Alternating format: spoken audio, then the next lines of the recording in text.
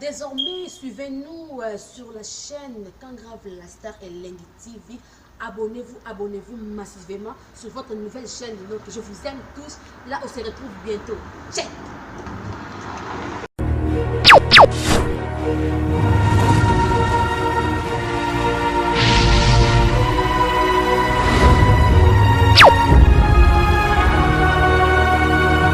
Voilà, encore une fois, merci la confiance et fidélité. Bon, on peut ça déjà dans le site où Kangrave la Star et Lengi TV pour le et Lengi za place monsieur souté et Lengi za ndé bakoto. Donc rien à dire. Grand merci na yemoro femme de valeur Kangrave Ojiba, hein, la patronne Randenge Zalara vraiment. Merci na yo pour l'opportunité de continuer toujours au Pesara.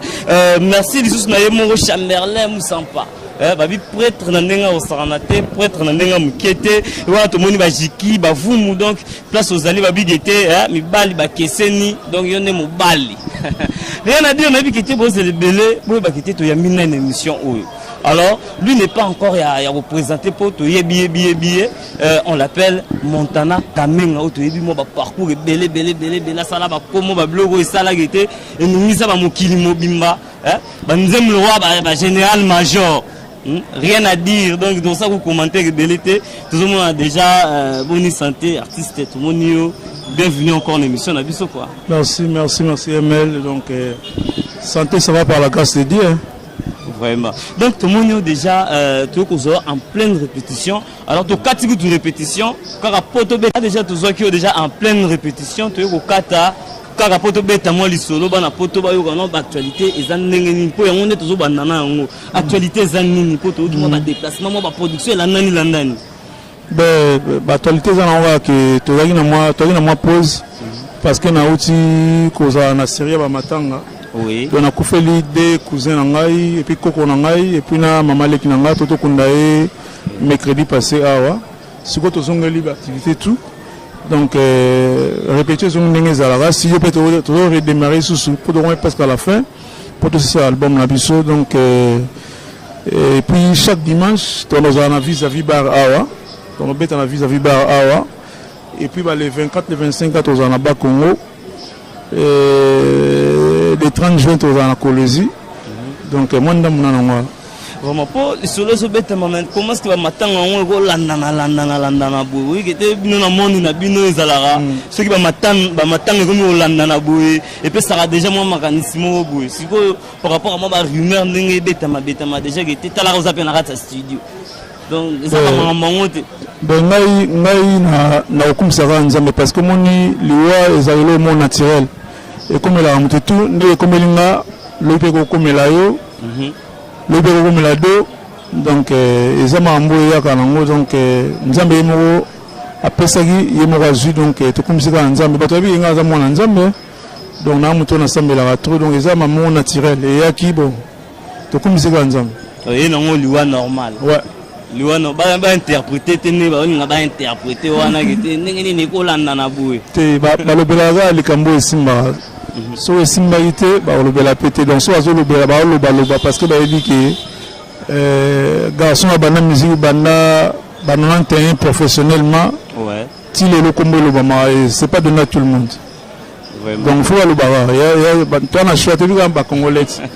Il faut le barrage pour les abattus bazo kufa. Mais sinon actualité ça qui était aux ongles d'activité déjà en plein studio. Ouais, presque à la fin si vous connaissez Silikout déjà est-ce que les gars donc la correction va indiquer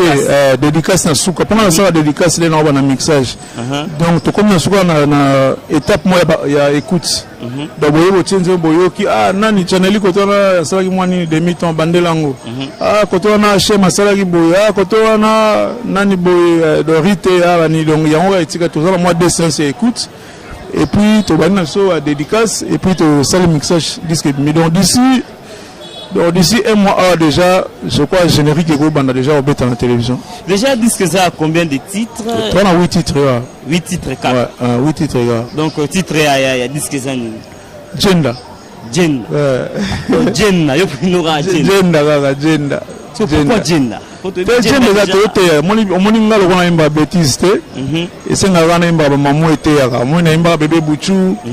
De Buchu donc ba ikoma ike ba momia mikolo. So adu mamu na mkebi lele koma ka bébé Buchu do ko rango yi. Donc on a été à Naïmba Mbokati, je m'en allais à Mboka, Kosi Foya Kin,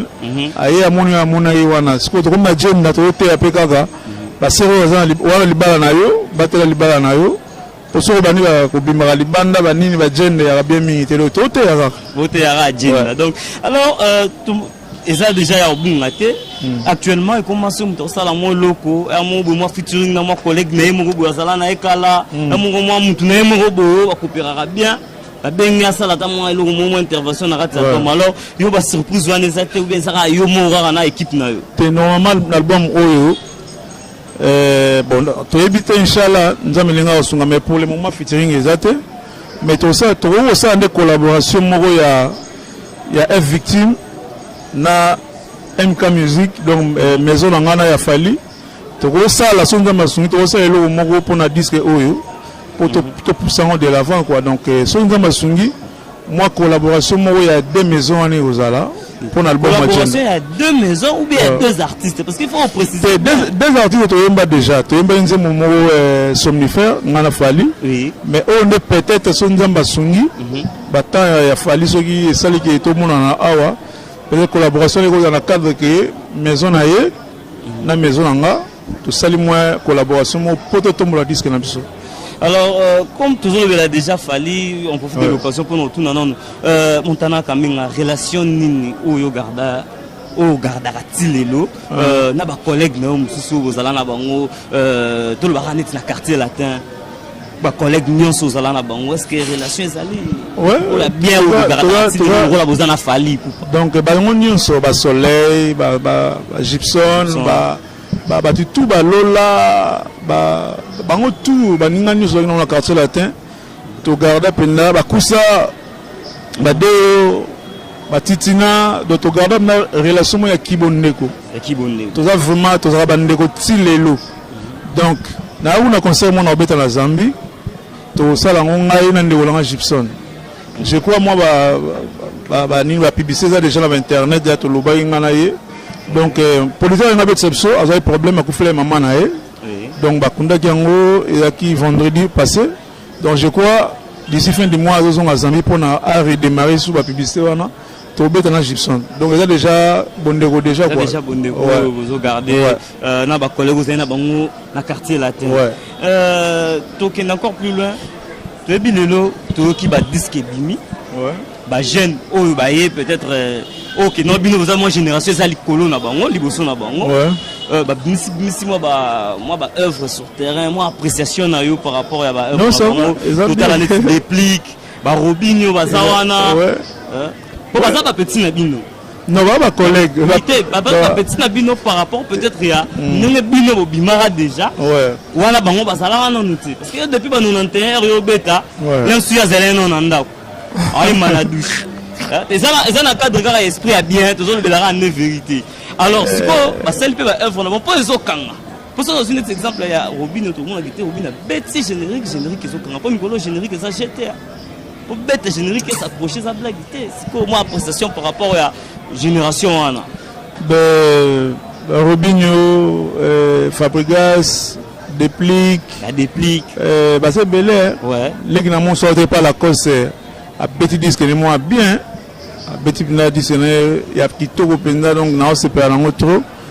bah tout ba ça boulot bien ngai ça a plaisir na boire la fleur au monika les alaïga so qui na fête faut waga musique ya attention à 4 leaders ya mboka o ya minene mais le comme no kei o amna Fabregas ça dernièrement on a Fabregas dans ma campagne à belelingai donc ala collègue moi la respect la la répétition na dernièrement to yembi so mi balé et ça là il va te plaisir donc on a rôle ba na boka la fleur ba le mbaté ba continuer musique ya passe mais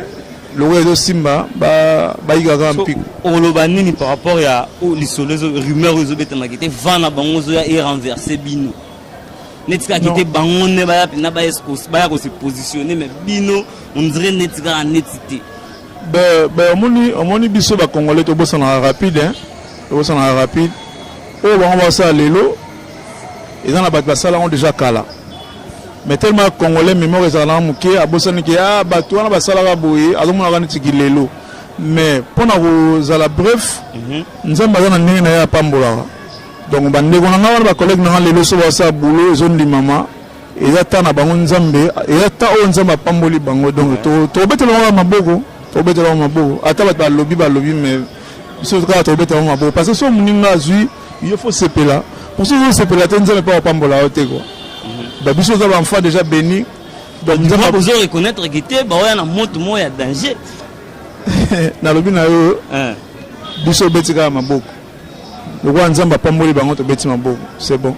biso si pambola ma déjà avant kala bani yo yebi donc kala na pambola ma montana kamenga c'est un grand nom ya mboka o donc ngai na betaka na bazambi na bazimba ba yebi wana montana c'est déjà bien pour nous. Voilà, donc je vous rappelle déjà qu'il est Montana Kamenga, déjà en plein studio. N'a habité par rapport à Banzembouza na Kati. Est-ce qu'ils ont senga moi soutien moi oui parce que ça site eux là partout ba prêtre ya danger ba na site. Peut-être moi ba difficulté aux rencontrer parce que ça facilité comme ça œuvre nana za na simana yo pour te dire que nous amène à la bien sûr mais so nana ça on a pour nous soutenir quand même pour que on réussir quand même si nous comme on a fait à sortir à disque. Nga bunda ngamoko hein la bunda ngamoko donc banda na banda okese na ngati lelo je crois au monde toi là ba instrument la biso toi là ba bis na biso toi là mama na biso na bunda ngamoko pour na soutien bon ko senga la ba TV boy eza wala mneza montana te ko eza montana te eza montana regarder la kimbondana na d'ailleurs na kabela ngati nga déjà ba kabela ngati ka mona onde na bonga sonde ni c'est ba kabela rote c'est yendo kabela parce que ça rabon non nga kabela nga sala trop na ba église na pesa ba don partout mais songa la zangi na pesa nga sala raté vraiment ina matanga ko na kufa ata mu mo ile nga info ata 1000 francs mo pesa nga ko ja santé mais ko ko ni na honneur do azala yo ala monaki donc d'ailleurs on a remercié au cas de Victor Eleison parce que on va bien ça biso na butu avant to kum d'accord banda 3h-17h du matin on va betaki to bini na sambula banini na remercier bango na remercier Jibem Piana na remercier Vienanga Kofelo Mide na remercier Weranson na remercier Vienanga Waze quoi bato na musika mais ba moi malobe alaki ya fortifier kinga quoi donc c'est ça quoi nga côté au sein vraiment na habité na bato belé na bato belé balinga na on était na bato belé balinga ngai donc ko pesa pe mutana ma bete mais ngala banduba ke non Michel Tsudi ningo zala tinda boye nani obezi yo beaucoup en Afrique du Sud sala boye le bas de chambre te obela ba femme de valeur ou la kaga vujiba la patronne la patronne ya sala rato sengite ya pesa on est bien la patronne donc ato sengite ya pesa on est bien mais ko yo beta molo na TV mais wala za genre na ngate déjà nazanga 1000 francs na alarté na mbongo te mais 1000 francs so mata ata sa unité na poche zanga te quoi voilà du fait que lobi otangi pe comme ko felo mide na o quand même to batu ba yo quand même moi avis na yo par rapport ya rumeur ou circulait qui par rapport ya vidéo ya Gigiston il paraît qu'il y avait vidéo pornographique il y a Gigiston avis na yo ko mettre par rapport ya te bon na yo ki angote donc na ko permettre pe lisola bongo le kalamato na ngate parce que ko Félix c'est mon papa na bossa me ko monsieur général de FAO azaki na ngana matanga bandaiti suka vraiment merci papa pour zaki na ngai na musiko zaki na ngai donc mama vidéo le bien na ko encourager ngote na ko tika pe ba lo ba mabete parce que wana ya famille na nga donc na ko lingate basali famille nanga quoi donc vraiment totika bizali liwa biso ba congolais c'est pas bien na yo ki on a nté yo tali bozo apprendre ngango mais bana ba sacré bana ba sacré yeba que les choses au finga mwana mninga yo ba finga mwana yo donc on permet à bloquer une émission na hôtel donc on a battu oyo bazoluka ba betarbetarement masolo wana ouais c'est du congolais zanega nengwana congolais zanega bon soit ba luka ba sala buzz ou bien